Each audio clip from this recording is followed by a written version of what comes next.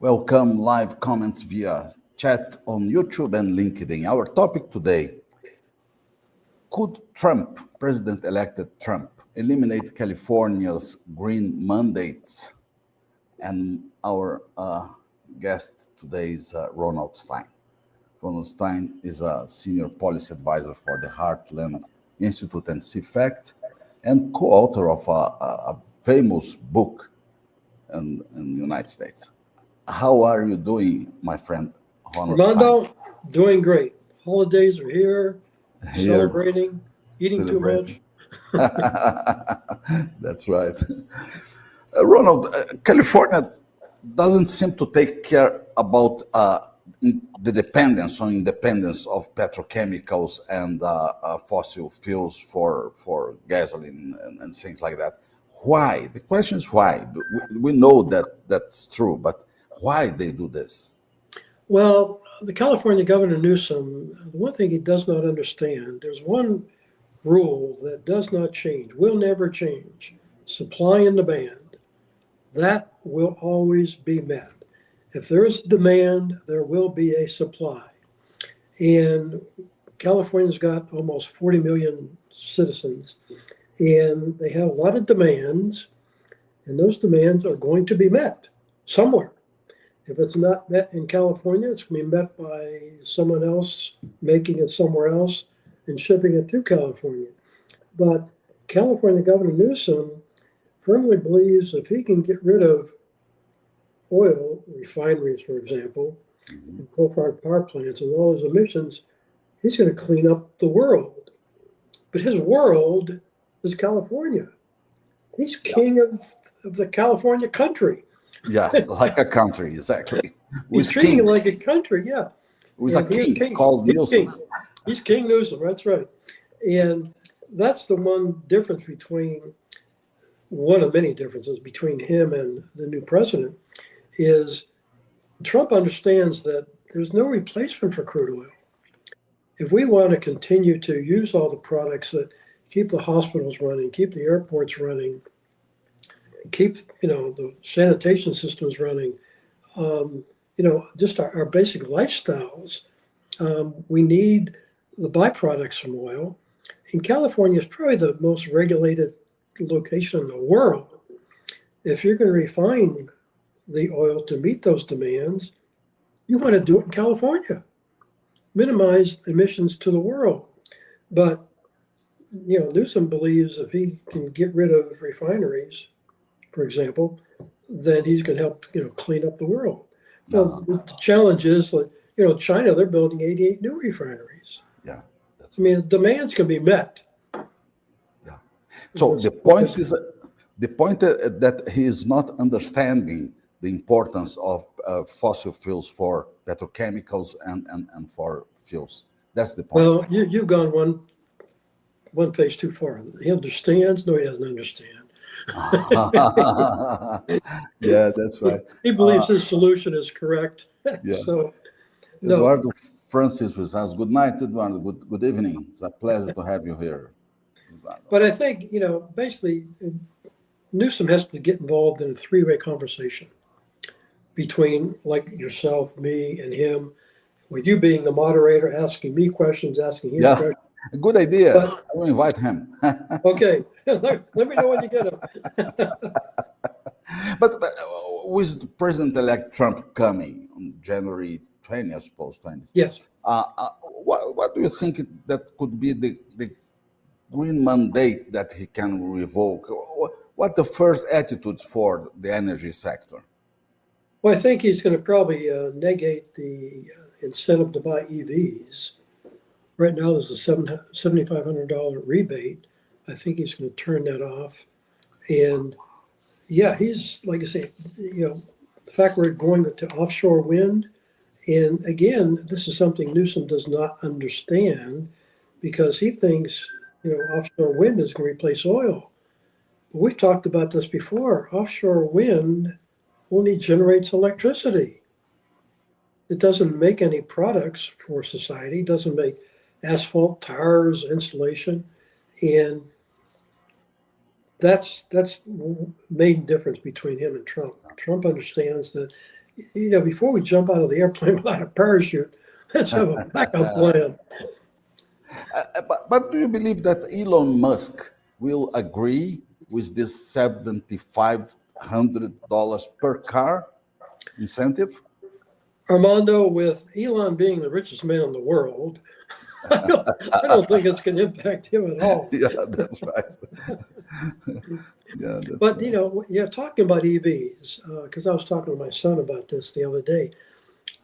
Battery technology is moving at warp speed. In fact, I looked it up. The first cell phone was in 1973, over 50 years ago.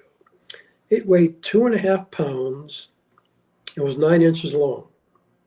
Now, most cell phones today are under 7 ounces. Wow. And I think what you're going to see, we talked about the Tesla having a 1,000-pound battery. That's going to be barbaric in a couple of years. The technology, that battery size is going to get smaller. It's going to get lighter. It's going to be able to hold a charge longer. And it's going to be much, much more efficient. So you have better range, shorter charging. And, just like comparing the first cell phone with today's cell phone, with all the apps, you can do almost anything with a cell phone. Yeah. And so we're really at the beginning of technology. And if we can reduce, because they're talking about solid state, they're talking about batteries out of salt water. I mean, it's all kinds of technologies. But yeah, the 1,000-pound battery will be a thing of the past. And that'll be good for everybody. Yeah. You mentioned very quickly about wind and solar impacts. Could you please explain a little bit more? Do you expect that Trump will do something stronger in terms of this true energy for I think electricity? he's going to basically jump on the subsidies and make it harder to subsidize that. Because, again, you talk about Elon Musk, you talk about, only wind and solar only exists because of subsidies. Private investment is not investing in it. And it's a government money, and government money is basically my tax dollars. It's subsidizing wind and solar. And it's under the misguided assumption that it's going to replace fossil fuels. But it can't. They do different things. Yeah, no doubts. No doubts. No doubts. And in terms of energy security, national security, you see that California is provoking vulnerabilities in the energy security, but not only for California, but the entire country. Do you believe on that?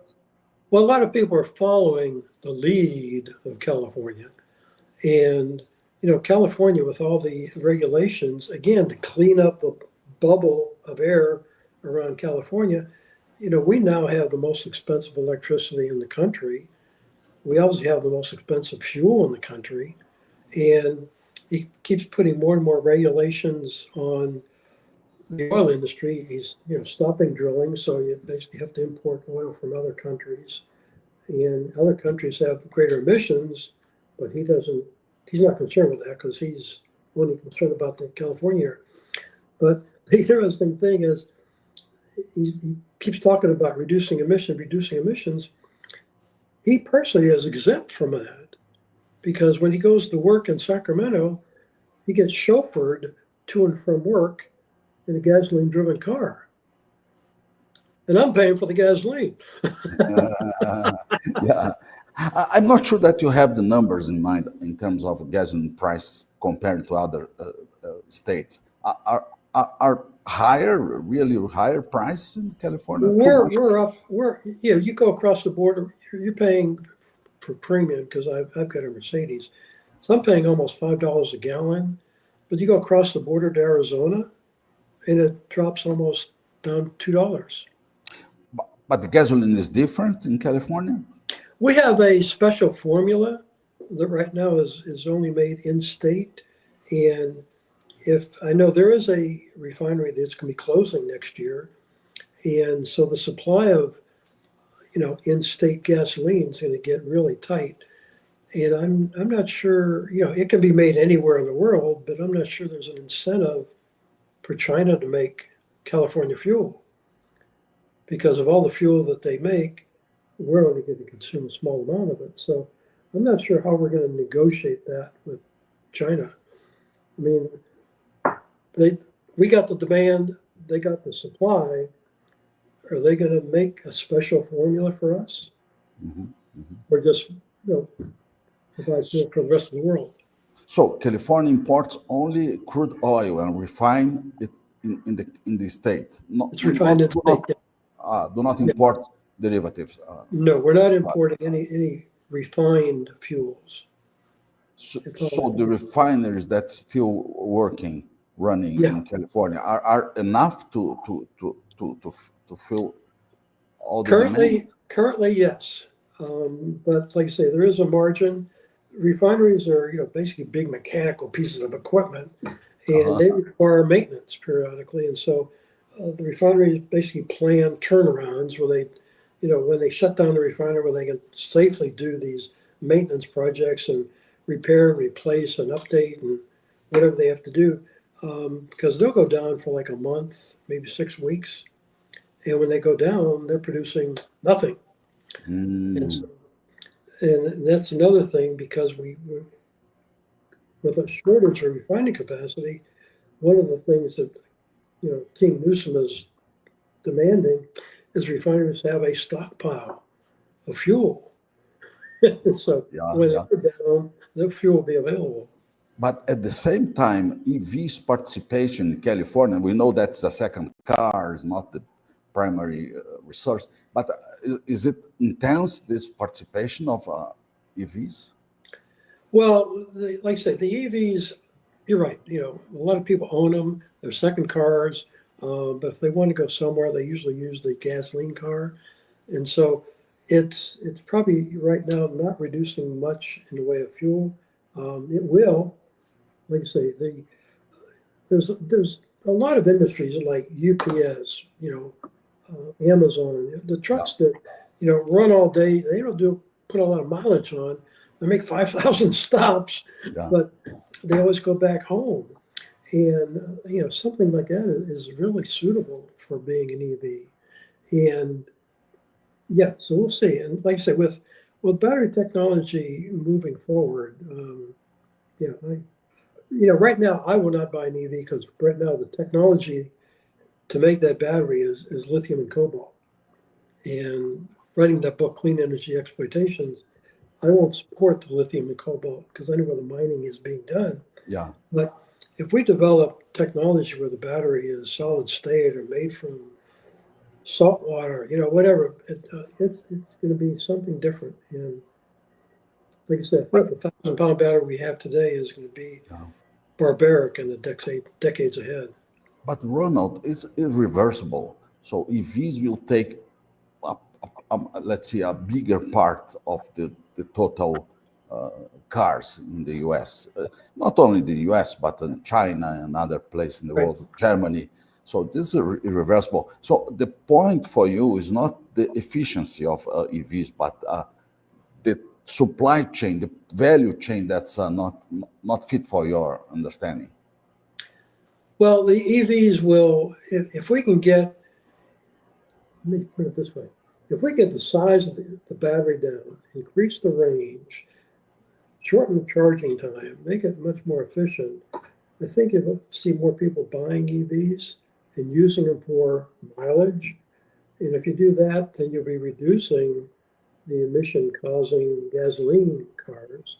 And Uh-huh. so, yeah, there will be a shift. So I think it was interesting that the iPhone, it took, several decades to get down to the smaller battery. Yeah. But when you take a look, it's been 5 decades since the first one came out into today's cell phones. And today's cell phones they're computers in your pocket. Yeah. It's amazing. And I suspect the same thing is going to happen with the batteries for EVs and for 18-wheelers. I mean, if you can get an 18-wheeler who Yeah. runs on a diesel fuel to get enough mileage, because if you get the mileage, then you don't need the charging infrastructure that you need now. Mm-hmm. Yeah. Let's move a little bit to another point. It's net zero emissions and net zero target. And Governor Newsom is very, let's see, frankly speaking, he looks forward this point of net zero. Is it possible? Is it feasible? Well, again, the government looks at net zero within the borders of California. If he delegates, mining or extraction in another country, he doesn't count that. It's interesting, when you build any project in the United States, you have to do an environmental impact report, an EIR. And in that, you basically explain in detail what you're going to excavate and, how you're going to basically bring the land back to its original condition and retrofit it. And that is not being done for like wind and solar, because what you're doing is you're excavating and for the materials in a different country. And we're not taking responsibility to bring that land back to its original prime, pristine condition. And so government is exempt from a lot of the mandated net zero dictates that are coming out. And the atmosphere is only one in the world, in the earth. So it's impossible to segregate this pollution to another country or to another state. Yeah, you should talk to Governor Newsom. Let's call him. You probably have his phone number. Please send it to me. I'll get his cell number. Yeah, because of course, Rosalie is making a comment here. Let me show for you. Can you read in the screen? In the Green Deal? Rosalie Galvin. Yes, I suppose the end of Green Deal is not feasible. Not for 2050, maybe 2100. Well, President Trump is going to probably put a real damper on the rebates for EVs, on the mandates and the subsidies, because all they're doing is just delegating it to somewhere else. But you're right, we have one atmosphere around this earth, and if you want to do anything that's going to generate emissions, you want to do it in the most environmentally controlled location in the world. No. And here in the United States, California, we're the most regulated state of all the states. You'd probably want to build it here and minimize the emissions for the 8 billion people on this planet. And do you suppose that population for California is happy with these solutions of the Governor Newsom? And the second part, he will be replaced for another person, for sure, in 2 or 3 years. Well, you ask if the people happy? I'm in shock that their silence is deafening. Wow. Because people keep complaining about the cost of living in California. The cost of electricity being the highest in the country, the cost of fuel being the highest in the country, that drives up the cost of everything. The cost of hamburgers goes up, and consequently, the minimum wage has to go up. Everything keeps going up and up and up. And if Newsom could run again for a third term, they'd vote him back in. Wow. And I'm just flabbergasted that no one is complaining about his Green New Deal that he's enforcing and imposing on Californians is not coming back to haunt them. But hey, if the citizens are willing to pay it, keep on going. And the problem is, because they're silent, the other states think that, hey, citizens are happy with the Green New Deal, and so they're implementing something like California, but nothing like California. But they're following some of the mandates here. But Ronald, the influence of the new president it may be strong enough to change these directions, or the state has more power to decide these things? That'll be determined because I'm looking at the war between Trump and Newsom beginning on January 20th. And as you know, Newsom, in anticipation of President taking over on the 20th of January, he's trying to Trump-proof California. and getting as much stuff, moving to Newsom's direction as possible. So it's going to be a challenge because in president, if we have national laws and you violate national laws, well, maybe we're not going to give you some national dollars if you're violating the national guidelines. And it's going to be, from the border control to the mandates, on and on. Are there other states similar to California in terms of energy trends, energy regulation? Nothing as much as California. In fact, I think that might have been one of the reasons that Kamala Harris lost, because she has supported everything that's been here in California. So she kind of has California tattooed on her forehead, and she would definitely like to clone California for the rest of the country if she was elected president. And I think the citizens said, no, no, no, no, no. We don't want California in Nebraska, and Oklahoma. And so that might have been one of the reasons. But there's talk that she might run for governor in California. Mm-hmm. Heaven forbid. And which state is in the opposite position, exactly being the opposite of California? Texas, is it? Texas is one, yes. Okay. Because it's a big state. It's a big oil state, Texas, Oklahoma. But they have wind and solar electricity generation a lot there, no? Oh, yes. I mean, every state has it. And like I say, all the governments are subsidizing it. I'm not sure the justification, because it's only intermittent electricity. Uh-huh. And what they use to make contingency and backup for solar and wind? It's natural gas in Texas? What do they plan for? Nothing. In reality, yes, it's natural gas, coal, or nuclear, or hydro. I mean, some states have a situation where they got enough water where you have a hydroelectric plant. But yeah, when you have intermittent electricity, it's a challenge. And in California, what they use to make contingencies? We import electricity. Yeah, California, because we've been shutting down coal-fired power plants and shutting down one of the two nuclear power plants. California imports more electricity than any other state. And a lot of that imported electricity is coming from states on the other side of the border of California. And some of that power is coming from coal-fired power plants. Yeah.